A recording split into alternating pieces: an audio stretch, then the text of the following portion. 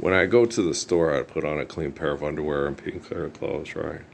But when I'm about and here, I have a pile of my work clothes, my you have the recreation clothes and the work clothes, and then you have them, and then you wear them for days, and then you wash them and stuff. And I don't constantly wear clean clothes and clean sheets. As I wash them. I got to wash the sheets. I got to wash another pair of sheets, change out the seats, and so I don't wash constantly, and I don't always have something constantly clean. But I do wash.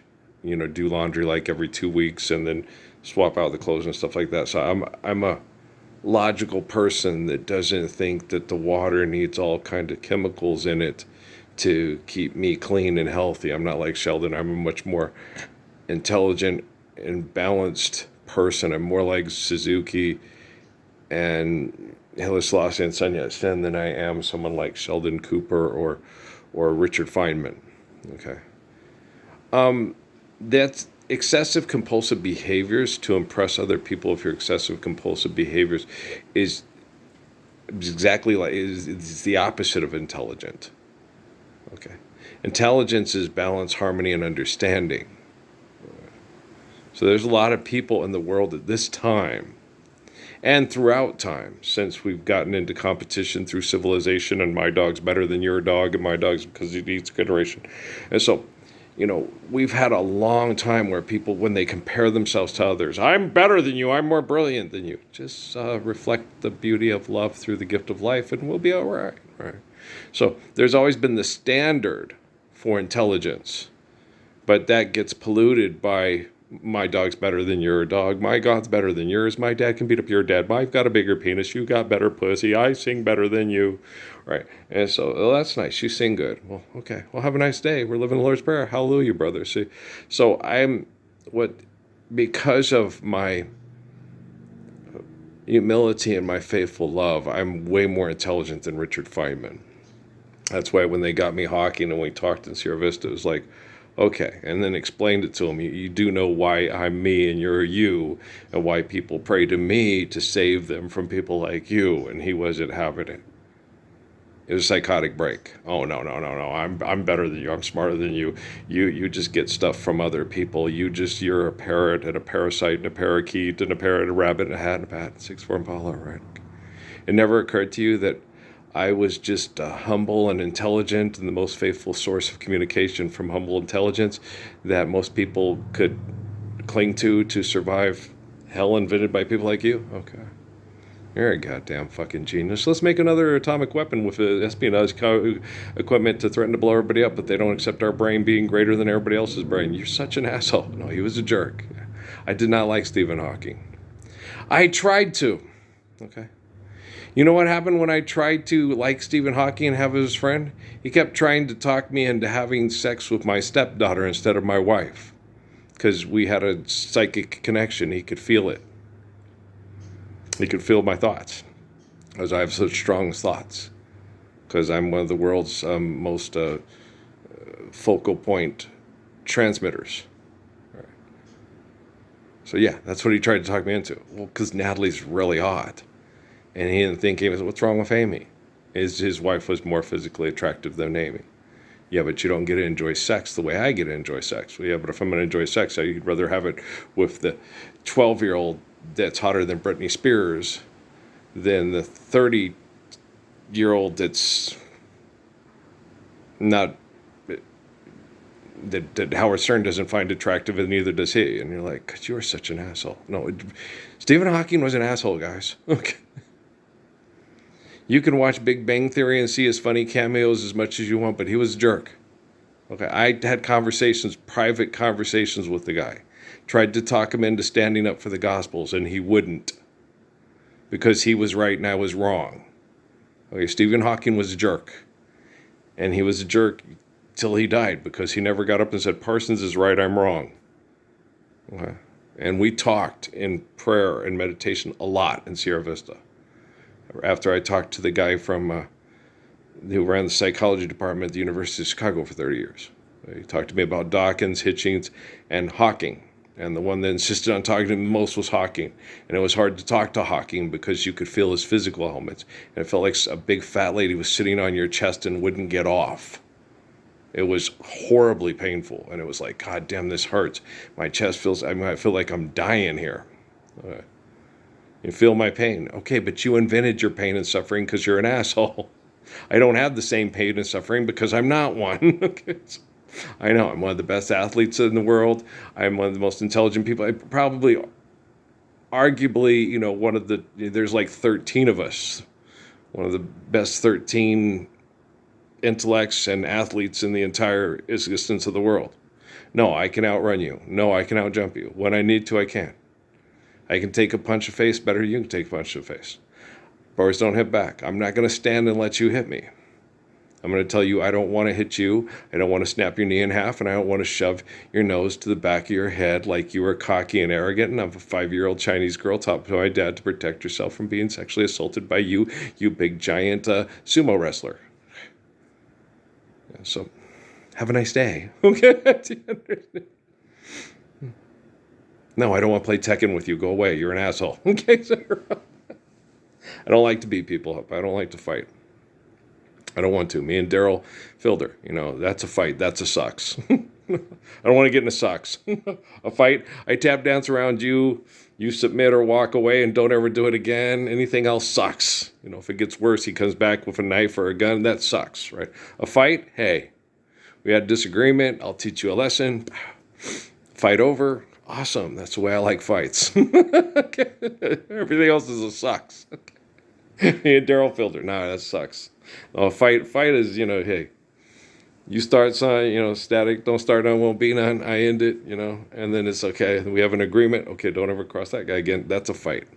That's everything else sucks. It's a fight. A fight. I've been in a fight. But you don't want to get in a sucks.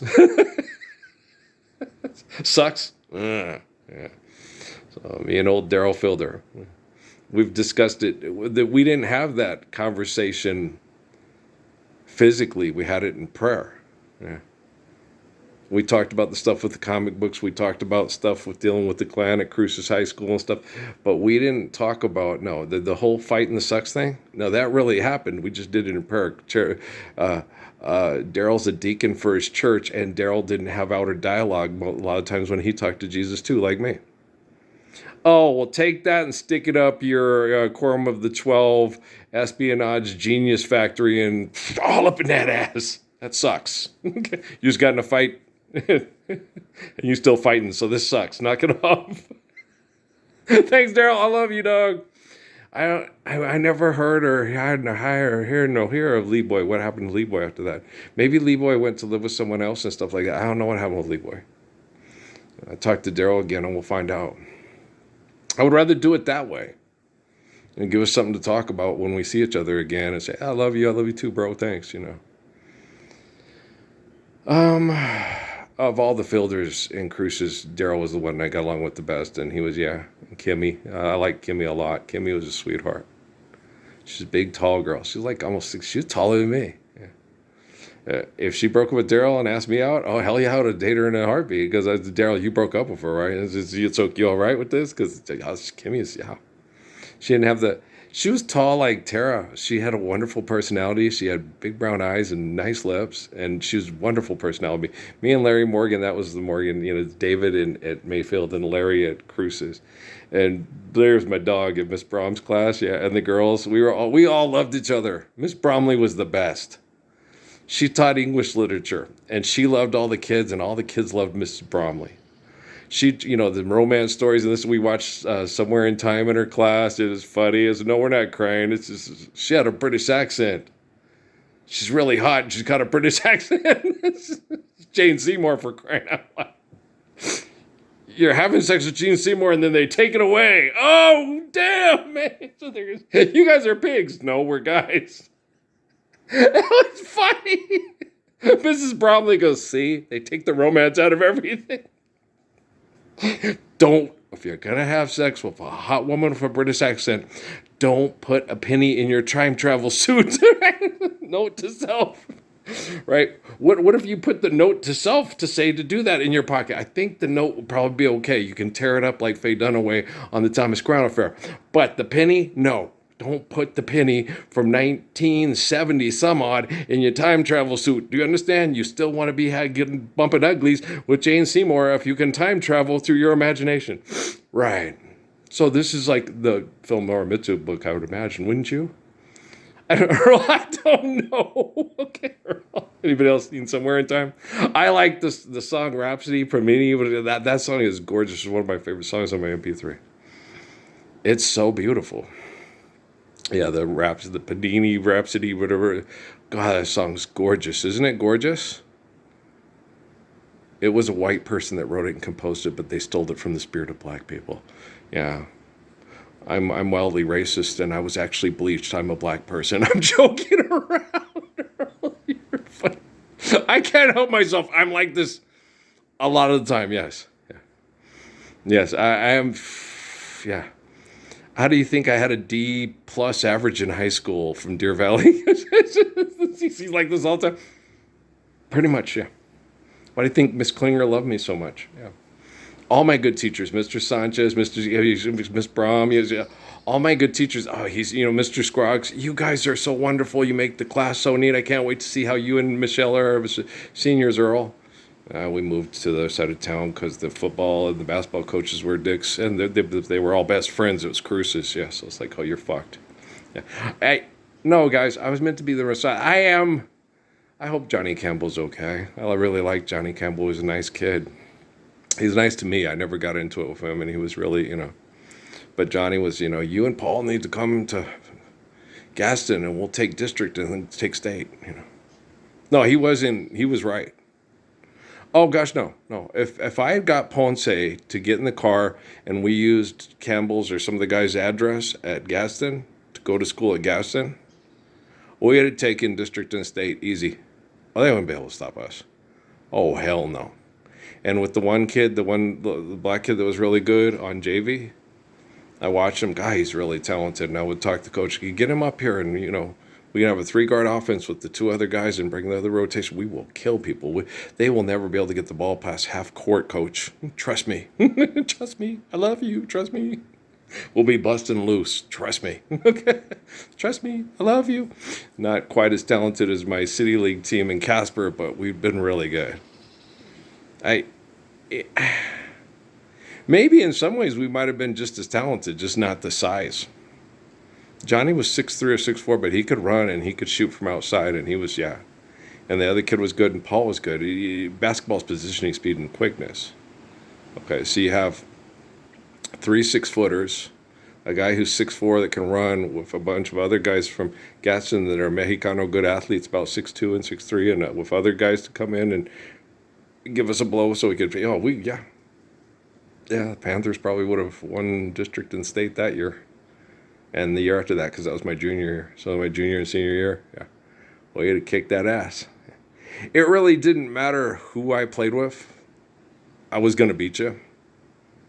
Yeah, I just needed some good athletes that could get out there and play together as a team, and the coach didn't undermine us, and the team didn't, selfishness from the team didn't undermine us. We were going to beat you. Okay.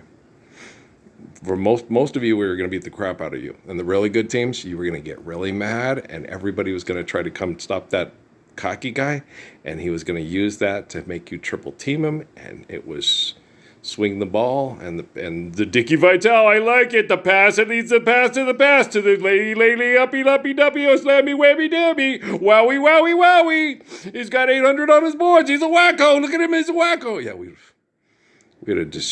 yeah. It happened everywhere I went. Most of the time when I didn't destroy people, it's because I was just having fun and took it easy because I liked the fun, the exercise of it, And it was just fun, and that's how I was. And, oh, no, and Charlie and his mom, we just need somebody to punch Earl in the face before every game, and we'll just dominate. But I'm just not that way. No, it's exercise. It's for fun. You run around the house for nacho. You run around the house for stretchy pants. It is for fun. That's me. It's exercise. It's all fun. No, I'm not the type to, and You just let him go, Like with me and Eric Hebb in Little League, and he's cheating on the thing. That's okay. All the kids are worried about is what they're gonna get at Dairy Queen, Eric. Yeah. We don't care if we win the last game or not. No. Okay. But it's the last game of the season.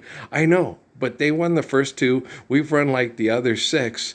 We played like 10 games, and it was against the same crew, And so, let's let them win the last one. Because they haven't won since me taking over. And Eric's like, I know, and I don't want them to beat us. It's like, all the kids, do you want the peanut butter parfait? Or do you want the brownie? That's all we were talking about. Even Josh Rayner. Okay?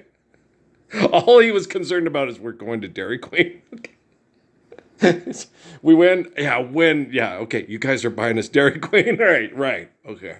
What am I going to get? These are the physicist Chris and Josh Rayner, the human factor. That's all they're thinking about is ice cream, you scream, we all scream for ice cream. It was great. And the parents were having a good time. This has been fun. Yeah, it was a good season. Yeah, it was. What are you getting at Dairy Queen? We were all Dairy, even Steffi, Dairy Queen, talking to Chris Kelso's mom. What do you think? And to Chris, the other Chris, and Eric's mom. What do we? Oh yeah, it's so cute. Yeah. I don't know why she didn't make friends with the women up in the stands with you, because she got along and sat and talked with Eric's mom all the time. Because Eric's mom was white, and Daddy was deployed in the service. And she was wondering if, our Patrick was going to look like that, if our boy was going to look like Eric. No, Eric was stocky and looked more like Steffi. Okay. Patrick was, well, you guys all know Patrick. He's an Adonis. He's square jawed and looks a cross between his grandma and his grandpa, and 6'5", and muscled all over his body, and could run world record running times, and an IQ that he works on. He worked on the AWACS and then fixes medical equipment and tells the engineers what their equipment's doing, and yeah, so that's Steffi's boy. Okay. It's a little different. Eric was a sweetheart, good kid, good athlete, real kind. Yeah. Throw the ball right past you and then turn around and knock the ball way out of the park. Yeah, it was so Steffi really liked him. Eric. Yeah, he was a good kid. Yeah, Eric liked him. His name was Eric. Well, Kelso was also named Eric. Both the brown, half brown, and all brown fellows on our team was Eric. I forgot Eric's last name, but Kelso. They called Eric Kelso because there was two Erics, so they referred to the center fielder as Kelso. And I remember Eric kept telling me he sucks. It's like, I sat and watched him. I was like, no, he doesn't suck. He's this is bullshit, and he's pissed off, and he's tired of it. And so I went out to talk to him. I go, Eric, what's up? So you talk, and he's like, Steffi came with me. That's your old lady over there? Yeah, that's my wife. So he sat there and he looked at me. I said, I know this is kind of a drag, and I know the guy, the redneck guy from West Virginia can be kind of an ass, and I get it. It's fun. And I know Eric's kind of like him, but you want to have fun, right? So just work with me here, and we'll do this, and then you guys will all be having fun by the time this is done. Okay, he'll change his tone. Just let me, whenever he gets a thing or he's screwing up, I'll come talk to him and we'll work it out, right? And that's what he did. And Eric goes, okay, all right, I'll trust you. The next thing you know, damn, the kid caught it with, yeah. He was like me in center field, just, he makes it look easy. Well, it's because he's really fast. But then, boom, boom, boom, triple, stealing second. So, Eric was just tearing things up, right? I could tell, he would watch him, wow, he's a really good athlete. You can just tell by his stride, just by the way he walked and the way he moved, that he was half-assing it, and this was bullshit, and he was tired of getting beefed on and yelled at, and this is pissing me off. Fuck you, the pipe or the belt. The pipe, fuck you. And that was Eric Kelso. So I'm like, I got you, dog. So, and it worked, man. And so we had a lot of fun. And then we had another team. Just it was a Puerto Rican guy with most of his kids and his kids and his cousins and his nephews and stuff, and they were all good team. Okay, it's just we just had. Once the coaching was better on our side, we just started beating them. because the kids were having more fun. He wanted to win, and he was always yelling at them to win. And it took a lot of the fun out, and you could see it in this kid who was the pitcher and the star player. He would get frustrated with his dad. He'd get angry.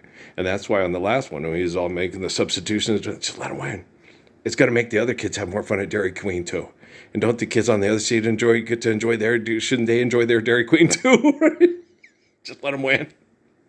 Just let the Wookiee win. Okay, we're talking about Wolowitz's wife. Yes. Just let the Wookiee win. But she's a scientist that has access to lethalized diseases through raccoons. Yes, let the Wookiee win. Until what? Until I can fix their technology. Just let the Wookiee win. And that's what's been going on for a while. Guys, I love people. And I will not sacrifice people's lives. I will not murder people to stay in charge of the technology. This has been taking a long time since they took me to Fort Huachuca. Okay, it has nothing to do with me doing anything wrong or being a bad person. And being at the epicenter, and you're just the Manchurian candidate that Rockefeller uses to focus on bad science projects to kill people. And if you get yourself killed trying to deny people the Lord's Prayer with technology so you can fuck them with money, that's on you, Stephen Hawking's clone. Hey, fuck you. No, fuck you. No, fuck you. All things being relative, fuck us. There you go. Okay, so you understand. So that's what's going on. Trust me, that's what's going on. If you build it, they will come. Yeah, they do shit like this all the time. I watch, the CFL or the NFL. It's all about military intel operations to continue the status quo through espionage, home invasion, and manipulation to feel powerful and be an authority and invent laws and call it creation. I know what I'm dealing with. I'm not stupid. Guys, no, there is no secret. There's no secret code. There's no cracking codes. There's no coding. No. Life's eternal, grace is infinite. Forgive debt and trespass, love all eternal, faithful peace, care, share, give in accordance to need, build in accordance to last. There's no OK Corral from the space aliens of the town that has a force field that you can't walk out of and it kills Chekhov. No, it's hello. Guys, people die. We are born to die. Like Bone Thugs and Harmony talk about, right? We're born to die, right? Now, it says in the book of Malachi and in the end of Exodus of Moses and stuff, that we're meant to live when we obey laws and live in holy covenants, be fruitful. We live out these long, healthy lives because you do right by nature. Nature does right by you. You grow old, you pass away, and like in Malachi and everybody. And then I know. But it's selfish, according to genocidal operators who manipulate people's science projects that want to, quote, live forever through cloning because they don't trust anybody, because no one can trust them, because they're selfish and they want everything their way. And if they can't get everything their way, if mom ain't happy, nobody's happy, and that bitch is never happy. Right? So do you understand the Elon of your Musk? Do you understand the Hawking of your Stephen? Do you understand the prize of your Nobel? Do you understand the Dawkins of your Richard Award? Eddie, I want half. Un foo-foo. Get off the goddamn zebra. Take the bone out between your nose. Put on some clothes, sir, but he's not thinking, ooh, she got a nice hoochie. I would love to put my penis in that. And stop being a Jason Statham. Maybe you're getting cranked. Don't crank. Stop cranking. Parker me this and Parker me that. Nobody gets stuffed with a Takey Bakester. Nobody gets slipped Viagra or roofies Beverly Johnson on my time. It's not my time. It's my time. It's my time. You're still a young man, baby. Don't waste your time. I'm 60. And in a healthy environment, people can live to anywhere to 120 to 150 years. That's as healthy as we can be what we were doing. I'm not sure how much it'll elongate when we're living the Lord's Prayer worldwide. We'll find out together. Sleigh bells ring, are you listening? I like Percy Faith's orchestra too. Okay, and Johnny Mathis is really cool. It's just as cool listening to Johnny Mathis sing with Percy Faith's orchestra as it would be if he was playing for Ella Fitzgerald too, and Nancy Wilson, and Barbara Streisand, and Diana Ross, and Johnny Hartman. And let's stop comparing and competing over what we did for money. Let's just sing and have a drive full time. Yay. I love you too, Emily Maribel Munoz. You are so cute. That was a good connection to people in prayer that are being abused because they just don't want to participate in center field. Right? I love you. You are so sweet. Oh my gosh, you are such a sweeto. You remind me a lot of my kiddos. You make me cry, Emmy. Emmy, don't you make me. I swear, if you make me cry, you're already doing it. I love you. You're one of the sweetest people I've ever connected to in prayer. Emily Gracie Bird got nothing on you, baby. You're good. I love you. Gosh, you are such a sweet kid. Oh my gosh, you are one of the sweetest kids. You're one of the most empathetic, caring, strong. You remind me a lot of the spirit of my mom, and you know that's a huge. It's thank you. You're welcome. And Michelle Mybell, yes, I love you. You are such a sweet kid. Max, give your sister a hug. Max is a sweet kid too. It's weird. They're born on the same day, but their personalities are different. Like everybody's like, they're different kids. Emmy's real sensitive and sweet. Even Emmy will tell you, Max has a better sense of humor than me. I might get a little agitated and say, what is that bitch thing? And Max will go, he was trying to be funny, but he sucks at it. Okay. No, it's cute. No, I really like these kids. I have lots of people in my family born in February. Okay. Elijah, Isaac, and Dad are all born on the 28th of February. Okay. Punch is the 22nd, like Max and Emmy. Patrick is the 11th of March, and Jordo is the 17th of March. Who else? Is there anyone else? Larry and Larry are both Aquariuses, right? And when the moon is in the sun, and they're like a woman that carries themselves like Miss Universe. Okay, but no, that's Aquarius? No, that's Charles. What is Aquarius? Is that a woman that can hold her own? Which makes sense. Okay, because they both got women that, yeah, okay. So, but my sisters, of course. But yeah, so that's Aquarius is a woman that can hold her own.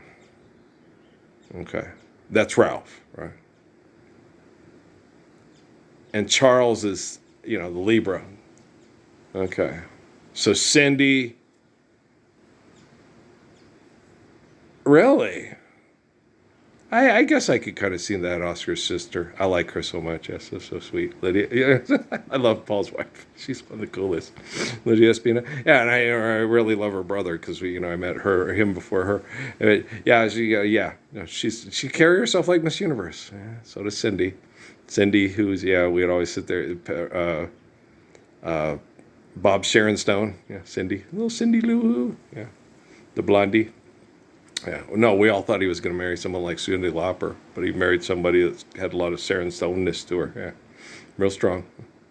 She must carry herself like Miss Universe. There you go. So yeah, no, she's tough. She's tough. She went through hell. She was totally abused. Her mom and dad met, and there was a pregnancy, and then the dad went somewhere else, and then the mom was a partier and irresponsible and not ready to be a parent. And was horrible to Cindy. And then when the state took her away, they found out who the biological father was. And the dad took over, and he's a real good dad, but she was still mad at him. Where were you from 1 to 6? Why did you fuck that woman and then leave me all with her from 1 to 6?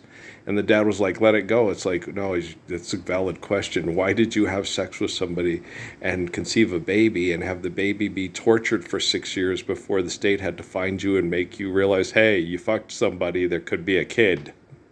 Life's eternal, grace is infinite. Cindy makes perfect sense. And if you're not listening, I'm going to kick you in your Miss Universe parts. Serious. Thanks, Emmy. I love you, Emmy. You are the best. I love her. She is my prayer dog. I love Emmy. She's the coolest. I refer to her as she because she's always going to be my little Emmy Maribel.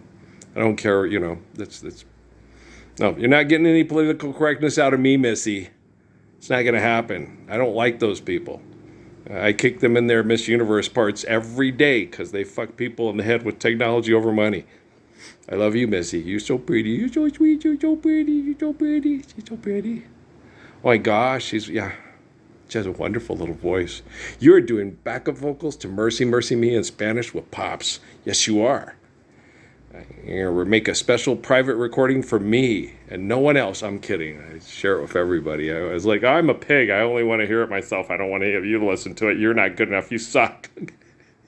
You do have a sense of humor. It's a little bit more twisted than Max's, but it's good. Yes, cute. No, she does not like, neither one of them like being abused, and they have been abused hideously by people that compare them to their parents and then abuse them. Oh gosh. Why don't you look like your mom? Why can't you sing as good as your dad? You don't even look like your mom. You can't even be as hot as your mom or sing as good as your dad. You sing as good as your dad, but you're not as hot as your mom. Okay, mom's got an ego problem. Technically, Emmy's hotter. She's got no ego problem. You have a relationship. She's hopelessly devoted to you. She trusts you, and if you throw that away, you're fucked. Okay, there you go. Muhammad. Yeah. It'd be a fate worse than death to ever betray a faithful spouse that loves you, that you profess to love, but you really can't because you're selfish, right? Right, there you go. We just solved all the world's problems in unholy matrimony right there in just one little 30-minute video there. Doop dip diddly doo. Ooh, what a little prayer in moonlight can do. It's daytime. Wait, they started overnight with the whole Thomas Crown affair. You could see it building up to this crescendo. Oh, you frickin' lunatics. You couldn't understand how prayer works if it walked up and kicked you in your Mr. and Mrs. Universe parts, right? Don't take steroids. Don't take steroids. It causes brain damage. It does. And then it's hard to repair that brain damage, especially if you're not healing with the planet while living the Lord's Prayer.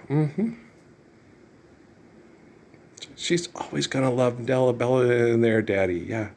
You love people doesn't mean just because they screw up because they're doing stupid shit because they have brain damage from being a part of stupid shit doesn't mean you stop loving those people. Life's eternal, grace is infinite. Shit. Emmy, could you talk to my Emmy in prayers? Emmy Gracie Parsons. This is me, Emmy Maribel Muñiz. J-Lo's daughter. Oh, okay. Shit. I always have to introduce myself as J-Lo's daughter. It's okay. One of these days, she's going to be only known as Max and Emmy's mommy. Okay, there you go. I'm working on it. Okay. Patrick's dad. Okay. That's Patrick's dad. That's perfect. I'll take that. I'll own that one forever and ever. Amen. Okay, guys, I love you. What? We got this. We know we're feeling good. We should stop. Think for a moment, okay? Now sway where we convey that you must do away with all the stress and the strife. Reflect the eternal blessing of life and use kindness and never blindness. And you'll find this, Professor, even if you can't see, you can feel love, express love, and be loved because you are reflecting the love back to the people that are loving you that can have eyes to see, and use those eyes to see to protect you from people that don't love. There you go. I love this girl. She is so cool. She's my dog. I love her. I love her and Max. They're a lot of fun. I believe in my prayer. I just don't believe in your science projects being necessary to invade our prayer and try to manipulate our political, social agendas for make-believe money. Oh, crypto, your Bitcoin over there, motherfuckers. I said it. I'll say it again. I like Bobby Vinton too. Okay, guys, I love you too, man. And Bobby V. Does a night has 1,000 eyes, and 1,000 eyes will see you. So remember when you tell your little white lies that the night has 1,000 eyes. I'm lighting the way. So what's done in the dark, like Grandma Wilmer says, remember, Judy, what's done in the dark going to come out in the last day, and how you going to want to be seen on that day? Hold on that day. I like Nina Simone too. Okay, guys, I love you. All right, peace out. Let's load this one up. Well, because it's a good prayer. It's a goodie. Anybody want to sing "There's a Hole in the Bucket"? Dear Liza with me. You do, Emmy. Okay, when we will sing that together, and we'll sing that too. I like Johnny Mathis too. Okay, guys, I love you too. All right, peace out.